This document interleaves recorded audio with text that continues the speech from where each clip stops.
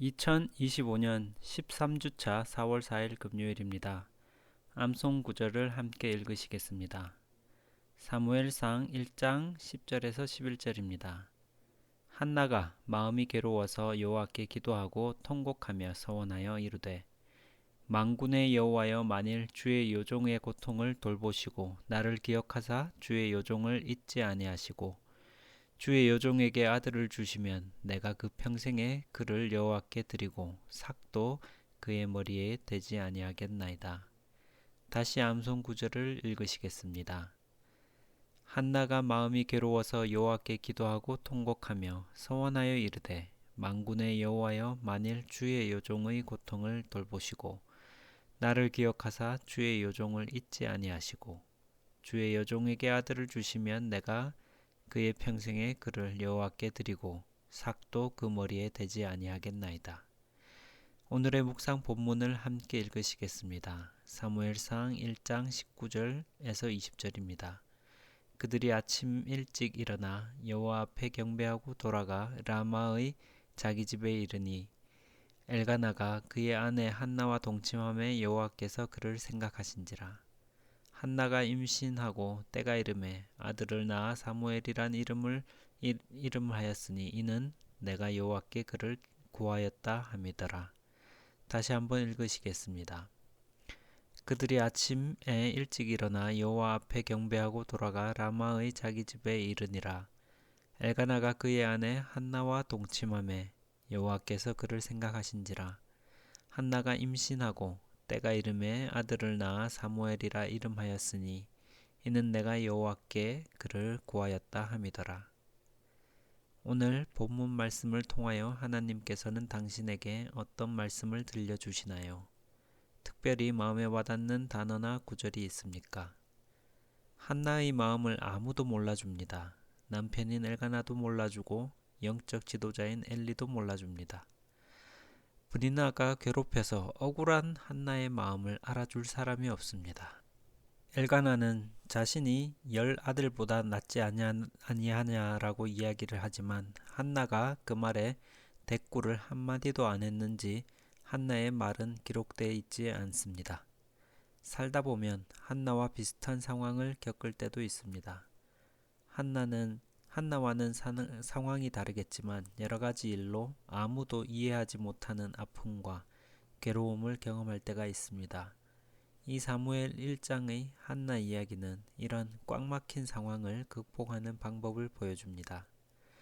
당시 시대상을 보면 엘가나는 2명의 부인을 두었습니다. 마치 가인의 후손인 라멕이 두 아내를 맞이한 장면이 생각납니다.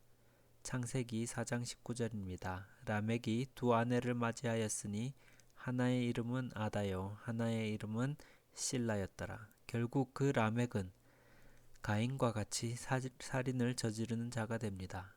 당시 기준으로는 경건했던 엘가나까지 중혼을 한 것으로 보아 사사시대가 영적으로 또 도덕적으로 타락한 것을 보여줍니다.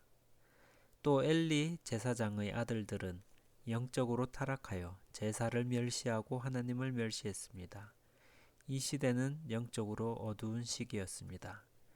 이런 시기에 하나님께서 한나에게 고난을 주셔서 기도의 자리에 앉도록 하십니다.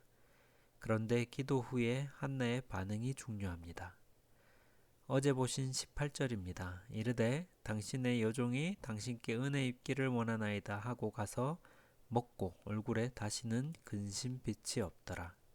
한나는 기도를 마치고 임신하기 전입니다.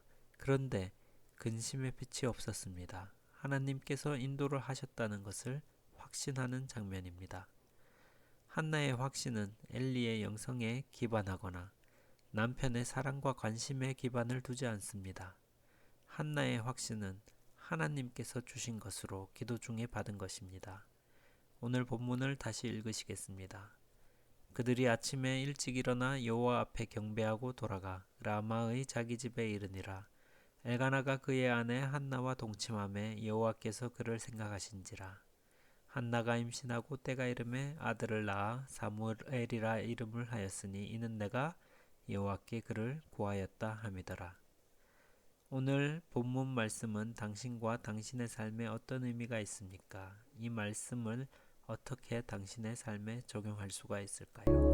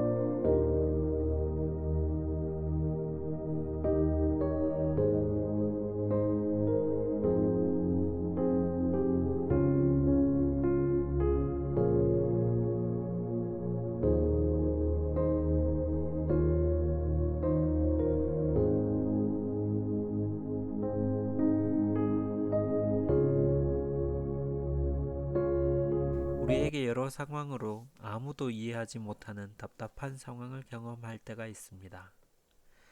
가장 이해를 해줘야 하는 가족들마저도 이해하지 못하는 상황을 경험하기도 합니다. 한나는 그 상황을 기도로 돌파를 해보는 경험을 합니다.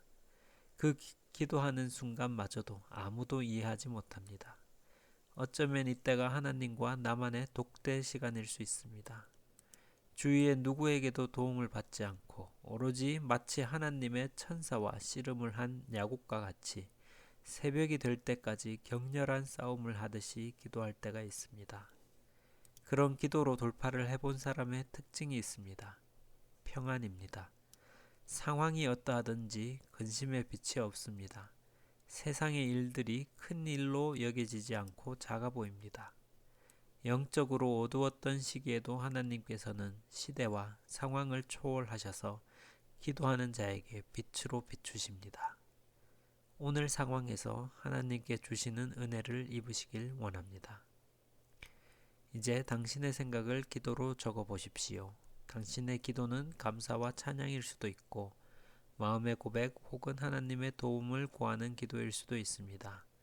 자유롭게 기록하되 잠시 시간을 갖고 주신 말씀에 대하여 하나님께 응답하는 기도를 적어 봅시다.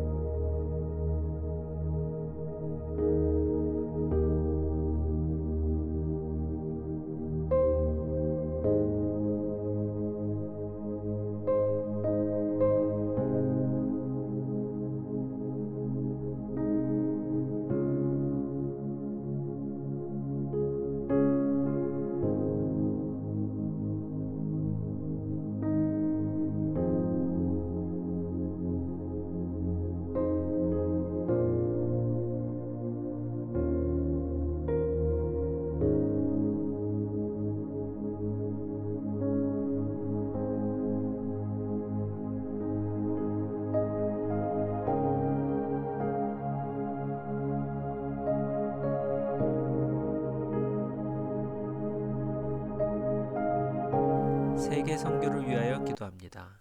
치열한 영적 전쟁이 벌어지고 있는 선교 현장을 날마다 어린 양의 보혈로 덮으사 2만 3천여 명의 선교사님들이 능력 있게 사역을 감당하게 하시고 그 현장에 주님의 나라가 임하게 하소서.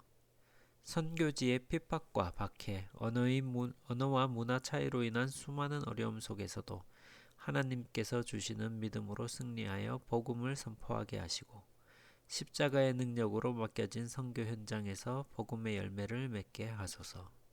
선교사님들의 건강, 재정, 가정, 자녀를 붙들어 주시고 필요한 모든 것을 채우시는 여호와 이레의 하나님을 경험하게 하소서. 하나님 아버지 감사합니다. 하나님 아버지 저희가 삶 속에서 한나와 같이 억울한 상황, 나밖에 나 외에 누구도 알아주지 못하는 그런 상황을 맞닥뜨릴 때가 있습니다. 주님, 그때에 남편도 보지 않았고 그리고 영적 지도자인 엘라도 보지 않았으나 하나님께서는 눈여겨보셨다는 것을 압니다. 하나님, 저희가 누구도 나의 말을 들어주지 않을 그때에 하나님께서는 유심히 저희의 삶을 보고 계신다는 것을 압니다. 그때 주님, 정말 기도로 돌파하고 기도로 주님께 다가가고 기도로 그 상황을 이겨보는 경험을 할 수 있게 인도하여 주시옵소서. 선교사님을 위해 기도합니다. 치열한 영적 전쟁 가운데 있고 그리고 언어와 문화의 장벽을 넘어서 주님의 복음이 전해져야 하는데 그 가운데 정말 복음으로 주님의 사랑으로 열매가 맺게 인도하여 주시옵소서. 선교사님들의 건강과 재정과 그 가정과 자녀들을 주님 지켜주시옵시고 영적인 것, 육적인 것, 경제적인 모든 것을 주님께서 채워주시옵소서. 주님, 복음이 전 세계 모든 민족과 열방의 하나님 씨앗으로 심겨질 수 있게 주님 인도하여 주시옵소서.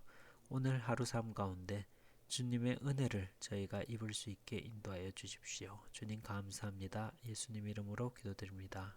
아멘.